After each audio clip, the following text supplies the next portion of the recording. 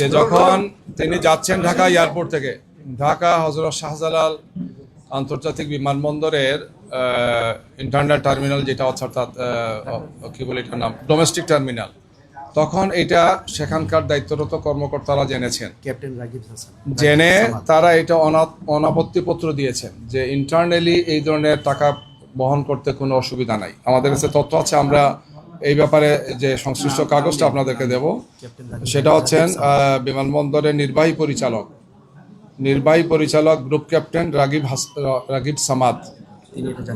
নির্বাহী পরিচালক group captain Ragib Samad বলেছেন যে আভ্যন্তরীণ রুটে এই ধরনের অর্থ পরিবহনে কোনো বাধা নেই, অনাপত্তিপত্র তিনি দিয়েছেন। আমরা সেই কাগজটা আমরা গ্রুপে দিয়ে দেবো আপনাদের কাছে।